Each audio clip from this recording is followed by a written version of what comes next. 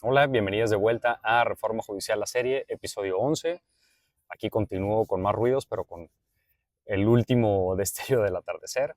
Y bueno, sigo analizando la iniciativa presidencial que dio lugar a la reforma judicial.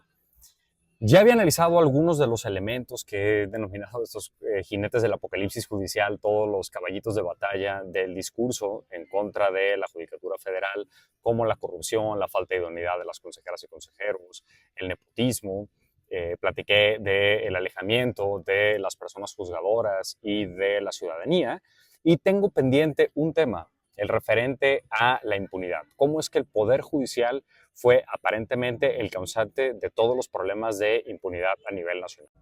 Empecemos entonces con algunas cifras que me parecen fundamentales. De entrada, vale la pena destacar que en cargas de trabajo, el 60% de las cargas de trabajo de la justicia en México corresponden a la justicia local, 40% corresponden a la justicia federal. No obstante, la justicia federal tiene buena parte de su encomienda dedicada a temas de amparo, es decir, no procesos. Por ejemplo, si tú tienes un proceso de divorcio, si tú estás peleando la propiedad de un bien o estás enfrentando alguna acusación en materia penal, todos esos son procesos. Esos procesos eventualmente pueden ser revisados en una óptica de constitucionalidad para ver si se violaron tus derechos. Entonces, por eso distingo entre procesos y amparo. El Poder Judicial de la Federación tiene cargas de amparo y de procesos federales. Sin embargo, si nos quedamos solamente dentro de ese 40% que le corresponde a la justicia federal con procesos y amparo, pues la carga disminuye. Por ejemplo, en materia penal, el 70% de los asuntos son locales, el 30% de los asuntos son federales. Ahora, en general, estamos en un país en el que el 10% de los delitos se denuncia, 90% ni siquiera se denunció. Ahora, de ese 10% de delitos que sí se denuncian, el 66.9% de los delitos se investiga por parte de las fiscalías y solo el 4.6% llega ante una jueza o juez. Esto no tiene nada que ver con la justicia, esto tiene que ver con las fiscalías. Entonces, las fiscalías investigan aproximadamente 6 de cada 10 delitos que se denuncian, cuando 1 de cada 10 ya se denunciaban, o sea que el porcentaje baja dramáticamente.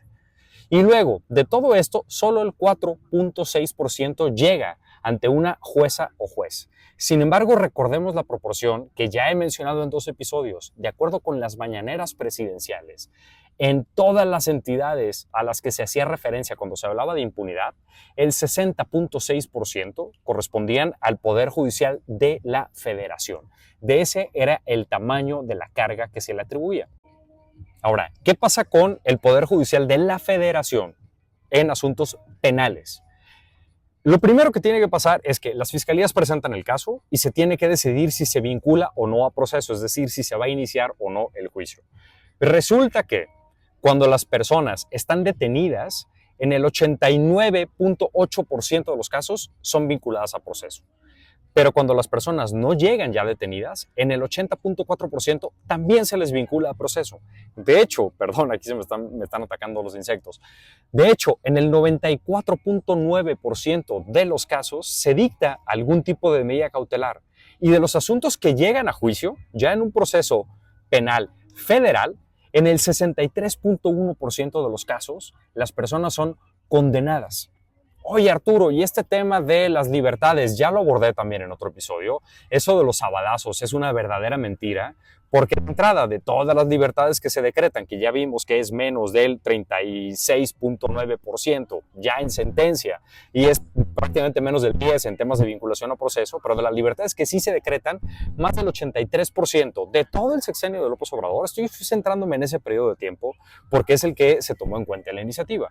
Pero bueno, yéndome hacia allá, de todas las personas liberadas, el 83% eran entre semana, no en fin de semana, lo cual también ya lo expliqué antes. Ahora, podría alguien preguntarse qué pasa con ciertos casos de graves violaciones a derechos humanos, porque también me tocó participar en procesos de sustentación internacional donde se analizaban temas como desaparición forzada, feminicidio y en general cuando se revisaba la conducta estatal. Participé en 5 sustentaciones y en una visita de otro comité, en visitas de distintos grupos de trabajo, en audiencias ante la Comisión Interamericana, y un dato que les puedo afirmar es que en ninguna de esas participó la Fiscalía General de la República, que es la gran ausente en temas de rendición de cuentas. Pero vamos más allá. ¿Qué pasa en temas como desaparición forzada? En desaparición forzada resulta que de las órdenes de aprehensión solicitadas al Poder Judicial de la Federación, 65% se otorgan. ¿Qué pasa con las vinculaciones a proceso? 77% de los casos en los que se ha pedido la vinculación a proceso se ha vinculado a proceso. Ahora, son tan bajos los asuntos que las condenas realmente son anecdóticas. Estamos hablando de que no llegan ni al doble dígito. Pero esto también es un tema de lo que no llega desde las fiscalías. Ahora, vamos a otros casos como feminicidios. ¿Y por qué me centro en este? Me tocó participar en una sustentación ante el Comité CEDAW, en la cual una senadora de la República señaló que el gran problema de todo esto tenía que ver con el Poder Judicial de la Federación. Por cierto, la pregunta tenía que ver con la armonización de tipos legislativos, lo cual no venía a cuento de esto. Sin embargo, el tema fue puntual. El Poder Judicial de la Federación libera feminicidas. Entonces, revisemos esta afirmación. Porque en casos de feminicidio ha habido amparos indirectos contra alguna cuestión procesal y ha habido amparos directos contra una sentencia. ¿Qué pasa en los amparos indirectos? En los amparos indirectos solamente se otorga el amparo en menos de 13% de los casos. En 87% se ha negado el amparo en casos de feminicidio. Vamos a sentencias definitivas, es decir, amparos directos. En el 60% de los casos de feminicidio se ha negado el amparo. 35% se concede el amparo, pero para que se subsane alguna violación procesal, que se corrija algún problema. Y solo en 5% ha habido amparos en contra de una sentencia condenatoria. Ahora, más allá de las cifras, lo cierto es que ha habido un cambio radical entre asuntos del viejo sistema penal y el nuevo sistema penal. No quiero decir que el nuevo sistema penal sea perfecto. Sin embargo, claramente los tiempos se redujeron, las garantías procesales se fortalecieron y había un cambio dramático que es lo que nos hace patente que casos como el de Israel Vallarta resulten todavía más chocantes y más aberrantes. Ese fue un problema del Poder Judicial Federal, que pasó casi 2 décadas sin emitir una sentencia que a la postre fue absolutoria. Pero casos a nivel local tenemos los que llegaron a la Corte Interamericana, como el de García Rodríguez y Reyes Alpizar. Pero estos no son los únicos casos. Ha habido otros. Sin embargo, estos se cambian cuando con reformas constitucionales, legales, con nuevos procesos, con nuevas instituciones, con nuevo diseño de los órganos jurisdiccionales, logramos un cambio profundo.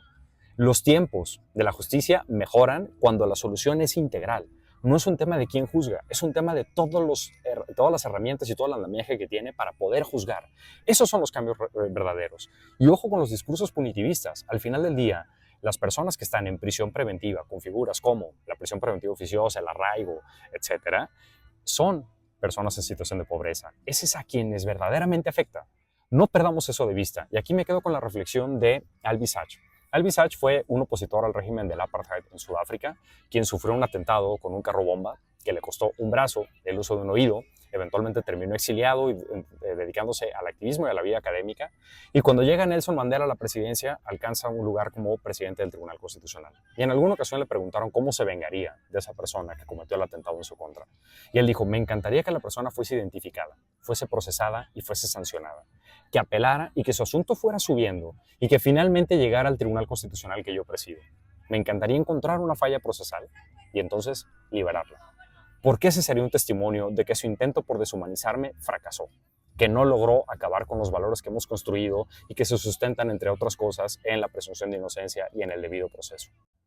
Sabemos que el discurso punitivista se ha instalado y por ello me gustaría analizar, o más bien retomar, una cita del presidente de la República, quien en alguna ocasión dijo: justicia para las víctimas de los delitos, para una sociedad agraviada y humillada por la impunidad que prevalece en el país, precisamente porque no se cumplen los fines del derecho. Justicia implica la obligación elemental de que quien cometa un delito sea verdaderamente juzgado y castigado, y que nunca la interpretación de la ley sea la rendija por donde escape nuevamente la impunidad, sino un verdadero instrumento del juzgador para hacer justicia. Ese presidente de la República era Felipe Calderón Hinojosa, y tuvo como respuesta del entonces ministro presidente Juan Silva Mesa lo siguiente: señoras y señores, respetemos a las instituciones, a la división de poderes, sigamos la templanza y la fortaleza moral de Juárez. Entendamos que en momentos difíciles y extraordinarios debemos apegarnos a la ley como fórmula de paz y certidumbre. Necesitamos que funcionen con normalidad las instituciones de la República. Nada justifica incumplir la Constitución y los derechos humanos. Gracias.